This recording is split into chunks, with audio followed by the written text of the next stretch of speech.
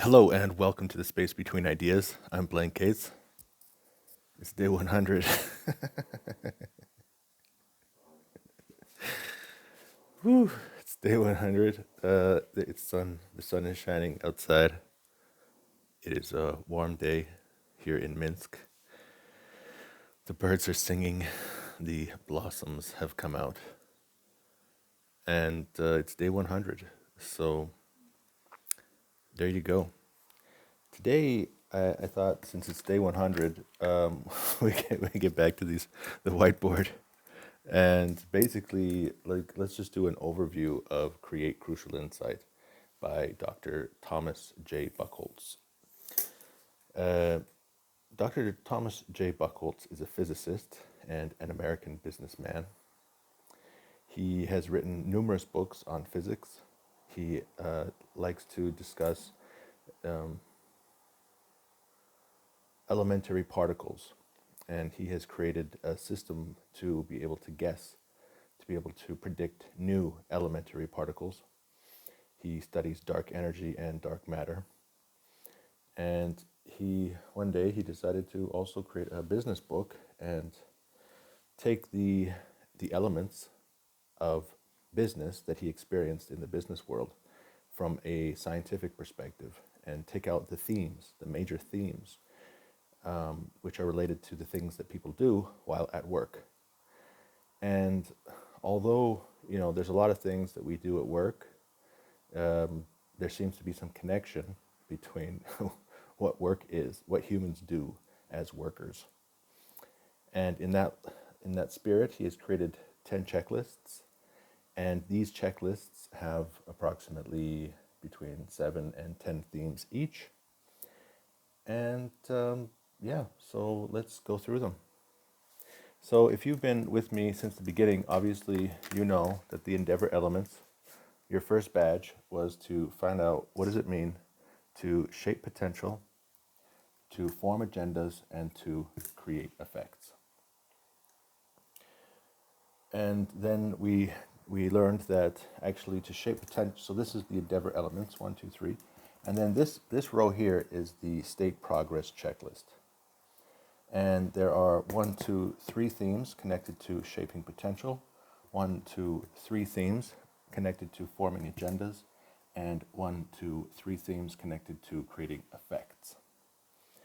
Now, in general, it's helpful. Like, this is the thing. So at the very bottom, we have this thing called involve resources.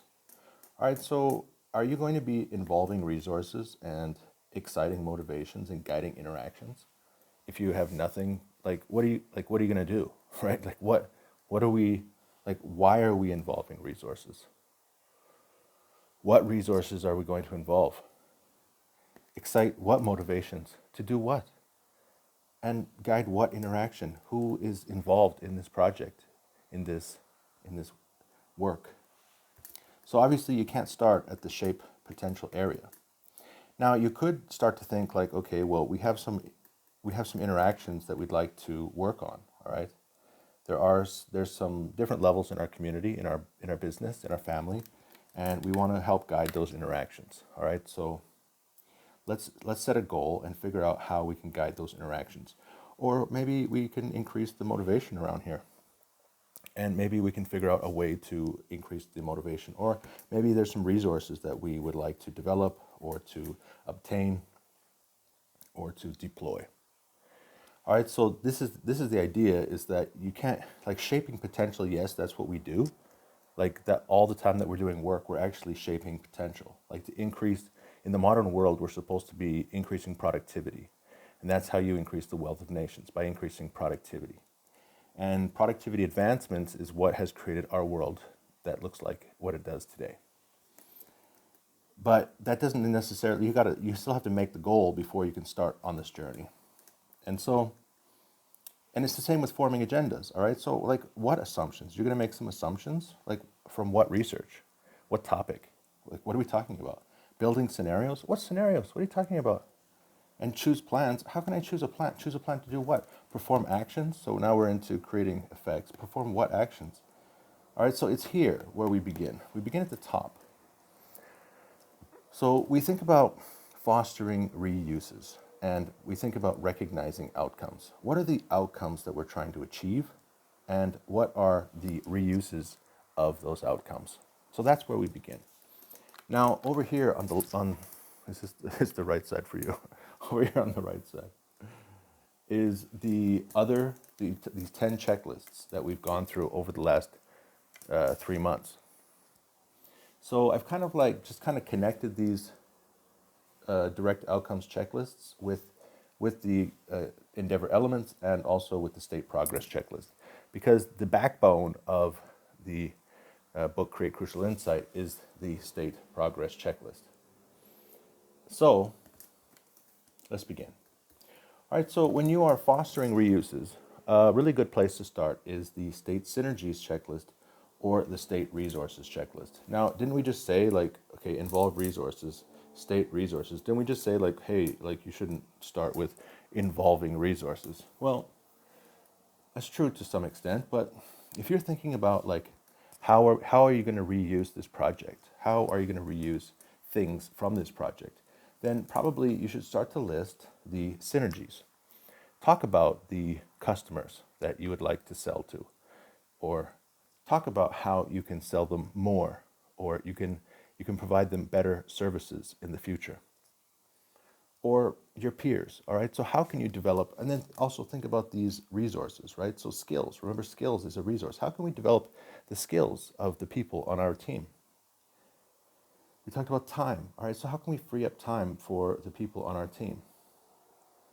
How can we, if we're going to invest in infrastructure, are we going to buy infrastructure that is good for 1,000 years or for 1 year? How long do we want to use this infrastructure? Can it be repurposed for something else? All right, loyalties. All right, so then we also have our providers and other synergies. So loyalties with media, with universities, with government. All right, so when we look at all these synergies, we want to think about like, why are we trying our best to serve people and provide an environment where they're satisfied with our products and services? It's because we want to foster those reuses. We want to reuse. We want to be able to, we want this endeavor to succeed and to be carried on through the future. Now here with also, there's a couple of other resources that we can think of. Funds, of course. So we're doing this work because we would like the funds, and how are we going to reuse those funds? All right, so as you start to think about the reuses, and of course it's going to be combined with the outcomes that you're working toward. So, and that's the whole first step, is to decide on the endeavor, to decide on the project, to figure out what the outcomes are, and to figure out how the different elements of the endeavor can be reused. You can use the state synergies checklist and the state resources checklist to help you think about reuses. Now, when you're thinking about the outcomes, you can also use the state impact checklist. So the state impact checklist is going to enable you to think about what are some different scenarios that you have? What are some different options? What are people saying? Like, we need to do this. We need to do that. All right, so okay, let's have a meeting. Let's talk about it. Let's do some brainstorming. Everybody bring your ideas to the table. Now, what are the similarities between these ideas? What are the differences between these ideas? And then let's look at some specific criteria, some metrics. And then let's look deeper into the differences between everyone's ideas. And according to what metrics do we find the best outcome? All right, so we want the strong impact. So we use that state impact checklist in order to drill down and finally settle down on the outcome that we're working toward. Now, of course, we can't start the process of action when we're in the planning stage. So when we work down, we're in the planning stage. The first step, of course, is just these two right here. Although you can do a little bit of brainstorming, so you can say like, what are some typical actions? Let's just start with some typical actions. What are some typical actions in order to reach these outcomes? All right, so here is state drive. Now, as you can see, there's kind of like this line. Well, I mean, there was one with state resources, right? A line that goes down to the bottom with state resources. With state drive, there's also kind of like two areas. So here, when you are actually performing the actions, then you're concerned with of course you're concerned with the performance of that action. And that is a time when you can use the state drive checklist. And what you can do is you can write down a person's name, write down all of the activities and actions which they are supposed to be doing, the work that needs to be done, and then you can write down what they are actually accomplishing, and then decide on to what degree have they been able to achieve the work that needs to be done. And then once you kind of have like a percentage, then you start with the worst one. Which one are they not delivering on?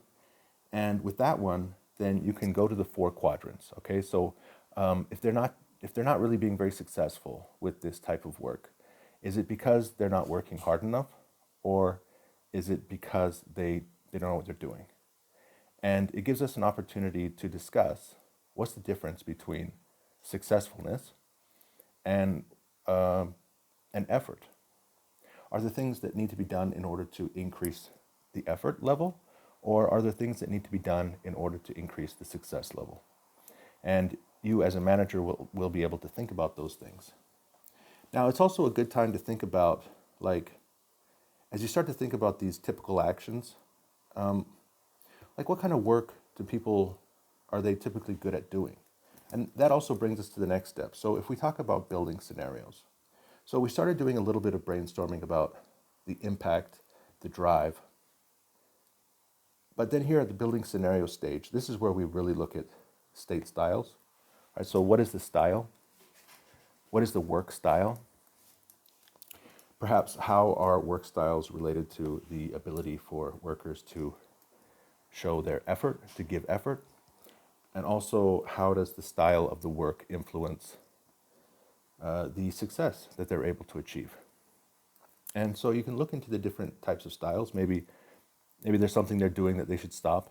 Maybe there's something they're not doing that they should start. Maybe when you first start a project, you should realize that you might feel like it's kind of haphazard, like you're walking through a forest blindfolded. And eventually you start to experiment with different processes. Now, when you find a good process, then you kind of stick with it in order to achieve. And so in here, you just start to think about, what are the processes? Are you going to need to look at different processes? Are you going to need to experiment with processes? Or is there already a process set out for this type of endeavor? Also, is there a way to combine activities? Is there a way to train staff? Is there a way to develop software? What are the tools that you can use to reduce the amount of work that needs to be done by human resources? And of course, you have state inventiveness. So if you're developing a product, you can use the state inventiveness checklist in order to go through the process of designing a product or service and to set up a business. Or otherwise, you can use certain themes from the state inventiveness checklist. For example, reuses is a theme. So how can you look at what other people have done and imitate the best parts? How about integrate? How does your product integrate better with the market in general, with other people's products? How do your staff integrate with other people? How do you integrate better with your customers or your providers? All right, so as you go through these different work styles and you go through these different brainstorming ideas, maybe you have one that's called ignore, right? So what are some things we should actually not do? Let's write those down and let's not get into that trap. Now, eventually you get down to the make assumptions. So this is called state assumptions. And this is when there's going to be some assumptions which will guide the different scenarios that you build. And also those assumptions are also going to be what's eventually going to be the plan that you choose. So assumptions means possibly developing a database, and also to make sure that you have enough information so that you're not guessing, but you have enough information to develop your knowledge and enough knowledge to develop insight, and also to know how much insight is necessary in order for you to make a decision which will lead to a successful outcome. All right, so now we move down into the shaping potential area. So now we're back at where we started. So we have a whole bunch of different scenarios, and we need to begin to think about the interactions which are going to be necessary in order to work through those various scenarios. So now we go back to the state synergies checklist. All right, so now let's talk about, so we talked about state synergies for reuses. Now we want to talk about state synergies again in terms of like, all right, so now specifically, all right, who is our customer in this scenario? Who is our peer in this scenario? Who is our provider in this scenario? And in scenario 2, and in scenario 3. So let's pinpoint exactly what people are involved.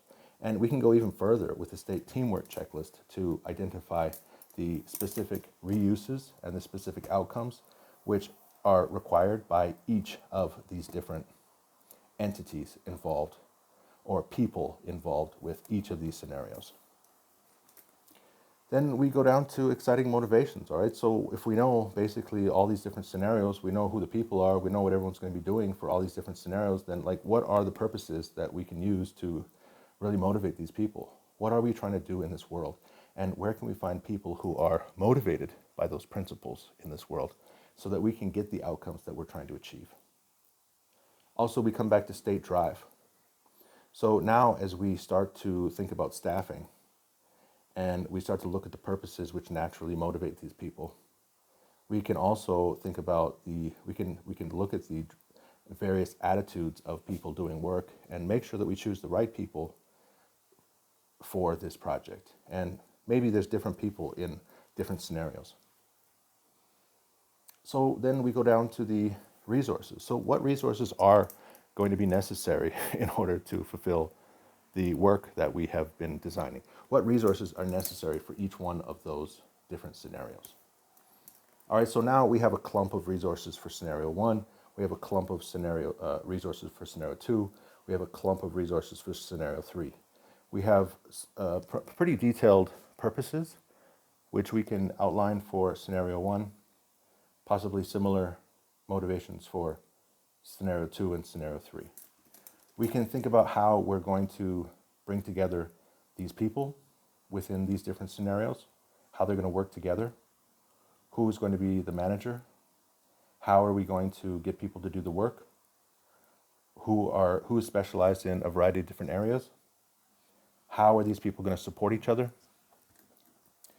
and then we're going to do finish up the research to make sure and recheck our assumptions regarding these different scenarios. So by this time, we have some extremely clear scenarios. Our agendas are, we have 3, 4, 10, we have very concrete plans for a variety of different scenarios. So right now we need to have a vote. All right, so after we have this vote on which plan to choose, then we can pull the trigger and begin to perform those actions. Now, of course, on the way up, we can look back into the work which we've done the first time on the way down. And specifically as we perform the actions, we can actually use all of these checklists again and bring them all the way up to the top for this process of performing actions. And that's what I do. All right, so I'm a coach. And what I do is I listen to people talk to me about their projects. And in general, either they have concerns with how to develop a project, with how to work with staff, or with how to work with different partners. And so it's here when they begin performing action that I will highlight a specific area of the state progress checklist. All right, so are we working with people? Are we working with motivations? Are we working with teams? Are we working with work styles? How about inventiveness? Because the thing is, maybe there is a weakness somewhere. Because in this world, we don't get perfect staff. We don't get fully motivated people. We don't have the best scenarios. We don't have perfect scenarios. We don't have the perfect research. Possibly there's a need for more research. All right, so each of these areas are things that I can help people shine a light on so that they can think through each of these different steps so that as they recognize those outcomes, as they get those people involved and get those resources involved, they can achieve those outcomes. And then eventually, as they achieve those outcomes, as they recognize those outcomes, then they'll be able to foster those reuses. And they already have some specific reuses that they're working towards. So there you go. This is day 100. this is the end of the 101 themes from the book Create Crucial Insight by Dr. Thomas J. Buckholtz. It's been my pleasure to communicate with him over the past 6 years, and I have deep gratitude for the support that he's given me as I've been learning his checklists and as I've been sharing them with other people. I encourage you to buy his book and also to spend some time with me to help you to think well and to do great. This is Space Between Ideas. I'm Blaine Gates.